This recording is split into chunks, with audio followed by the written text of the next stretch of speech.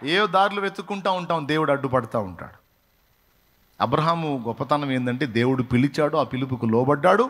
ఇప్పుడు అడుగడుగునా దేవుడే ఎంటర్ అవుతాడు. గమనించండి మీరు. ఎందుకంటే మీరు అందరూ చెప్పాలి, పిలిచినవాడు, మళ్ళీ చెప్పండి, నిన్ను పిలిచిన దేవుడు నమ్మదగినవాడు, శోధనలో నిన్ను విడిచిపెట్టిపోడు, కంటి పాపల తోడుండి నిన్ను కాచుకుంటాడు, కన్న తండ్రిల తోడుండి నిన్ను ఆదుకుంటాడు.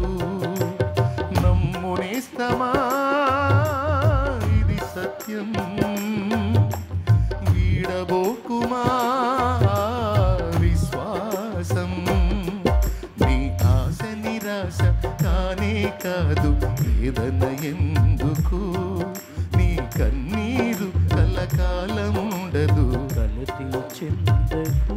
దేవునికి మహిమ, హల్లెలూయా. లోకములో నుండి మనల్ని ఆశ్చర్యకరమైన తన సహవాసంలోనికి, సంఘములోనికి, వెలుగులోనికి పిలిచిన దేవుడు, అందులో నుండి దేవుని పనిలోనికి పిలిచిన దేవుడు, నమ్మదగిన వాడు. నా బిడ్డని నేనే కదా పిలిచాను. ఇప్పుడు పోరాటంలో పడ్డది నా కుమార్తె, పోరాటంలో పడ్డాడు నా కుమారుడు. నేను తోడుగా లేకపోతే శత్రువు చేతిలో చిత్తయిపోతాడని అనుక్షణం నీడవలే వెంటాడుతాడు. చాలా సంగతులు నీ మీదికి రాకుండా ఆయనే అడ్డగిస్తాడు.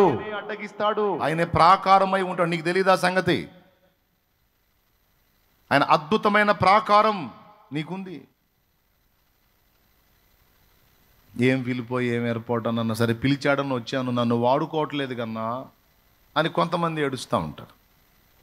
సేవలోకి వచ్చిన వాళ్ళు, పరిచర్యకు వచ్చిన వాళ్ళు, నేను ఇక్కడే ఆగిపోయాను, ఇక్కడే అయిపోయాను, ఇంకా నేను ఎక్కువ చాలా వాడబడాలనుకున్నాను, ఏదో సాధించాలనుకున్నాను, ఎంతో చేయాలనుకున్నాను, మరి నన్ను వాడుకోవట్లేదు కన్నా దేవుడు అని బాధపడే వాళ్ళు ఉన్నారు. దానికి కూడా సమాధానం చెప్తా.